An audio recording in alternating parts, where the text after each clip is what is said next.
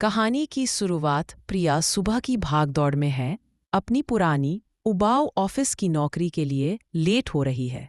वो अपनी टूटी हुई चाय की प्याली देखती है और सोचती है कि उसकी जिंदगी में कुछ भी रोमांचक क्यों नहीं है। काम से लौटते समय वो पुरानी चीजों की एक दुकान पर रुकती है। एक कोने में एक विशाल पुराने नक्काशीदार लकड़ी के फ्रेम वाला दर्पण धूल से ढका पड़ा है। दुकानदार कहता है कि ये बहुत पुराना है और कोई नहीं लेता।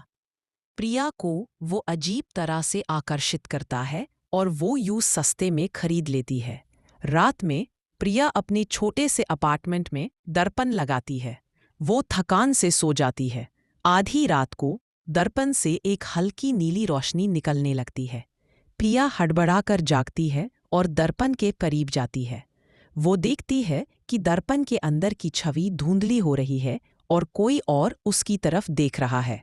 वो अपना हाथ आगे बढ़ाती है। जैसे ही प्रिया दर्पण को छूती है, एक तेज रोशनी होती है और वो बेहोश हो जाती है।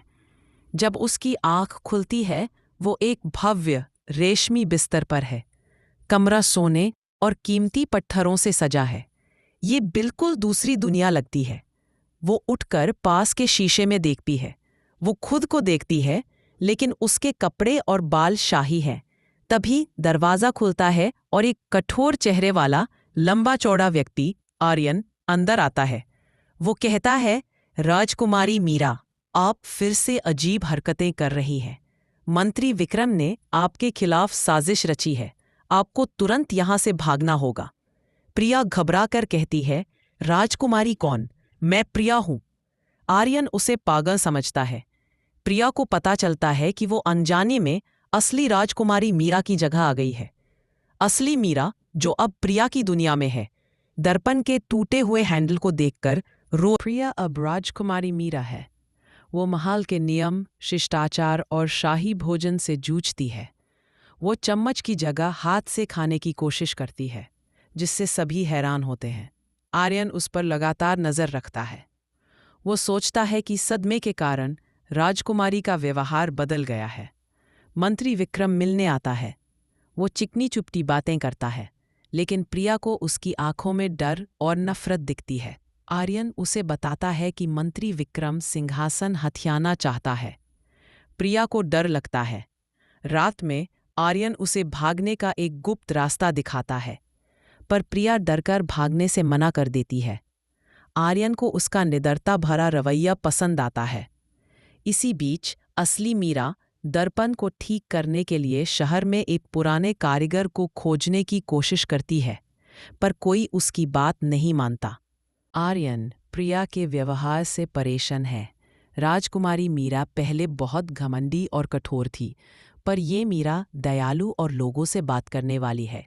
आर्यन को शक है, पर वो खुद को समझाता है कि शायद संकट ने उसे बदल दिया है। एक शाम प्रिया राजकुमारी के निजी कक्ष में एक पुरानी चमड़े की जिल्द वाली डायरी पाती है।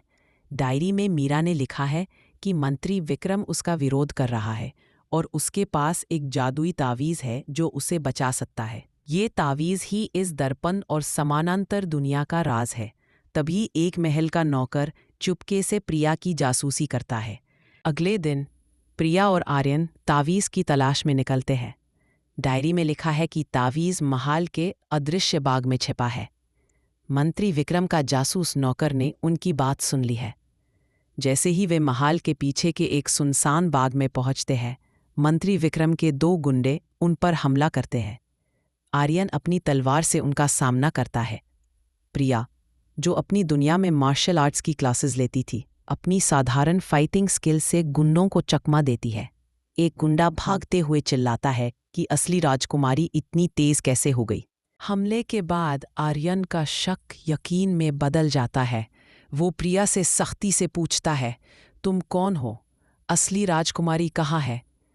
प्रिया रोते हुए पूरी सच्चाई बता देती है, जादुई दर्पण, 2 दुनिया और मीरा की साजिश। आर्यन को विश्वास नहीं होता, पर प्रिया की आंखों में ईमानदारी देखकर वो मान लेता है। उसे एहसास होता है कि वो इस नकली राजकुमारी से प्यार करने लगा है।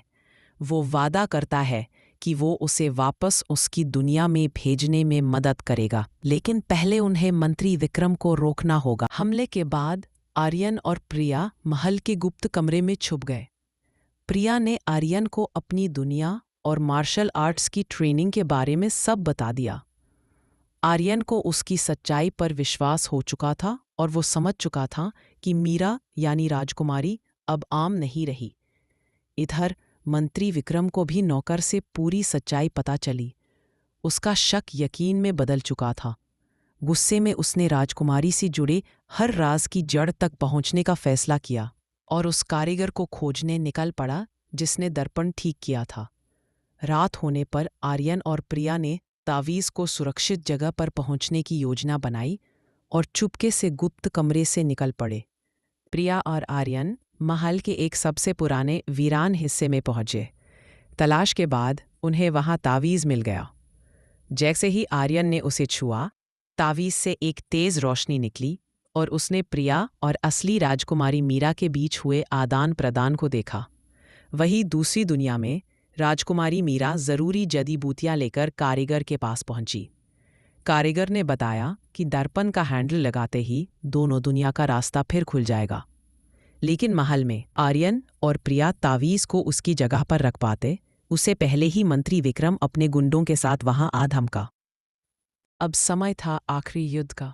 आर्यन ने अपनी तलवार निकाली और प्रिया अपनी मार्शल आर्ट्स के साथ मंत्री और उसके गुंडों से लड़ने लगी। लड़ाई के दौरान मंत्री विक्रम ने प्रिया पर हमला किया और उसे पहचान लिया। उसे यकीन हो चुका था कि ये राजकुमारी मीरा नहीं है। प्रिया ने भी बिना डरे अपनी सच्चाई बता दी। इससे पहले कि वो जीत पाते, मंत्री विक्रम ने अपनी आखिरी शक्ति का वार किया और आर्यन जख्मी होकर गिर पड़ा। इसी पल दूसरी दुनिया में राजकुमारी मीरा ने टूटे हुए दर्पण का हैंडल लगा दिया। दर्पण से एक शक्तिशाली नीली रोशनी निकालकर महल की तरफ बढ़ी। दर्पण की शक्ति महल में पहुंची और मंत्री विक्रम की सारी शक्तियां छिन गई, जिससे वो कमजोर होकर गिर पड़ा। जख्मी आर्यन ने उसे बंदी बना लिया। अब प्रिया के वापस जाने का समय था। दुख भरे दिल से आर्यन ने उसे तावीज़ दिया। प्रिया ने उसे विश्वास दिलाया कि सब ठीक हो जाएगा। प्रिया ने तावीज़ को हाथ में लेकर दर्पण की जगह को छुआ और एक तेज रोशनी के साथ वो अपनी दुनिया में लौट आई। प्रिया अपने छोटे अपार्टमेंट में उठी। यह सब एक सपना लग रहा था, सिवाय उसके हाथ में मौजूद तावीज़ के एक छोटे से टुकड़े के। कुछ सालों बाद प्रिया अपनी नई जिंदगी में आगे बढ़ चुकी थी। तभी उसने देखा कि आर्यन उसके सामने खड़ा है। उसने भी उसकी दुनिया में आकर एक नई शुरुआत की थी। उसने मुस्कुराकर उसे पूछा कि क्या उसे लगा था कि वो उसे इतनी आसानी से पीछा छुड़ा लेगी। और इस तरह उनकी नई कहानी की शुरुआत हुई। Like and subscribe my channel and comment for more video.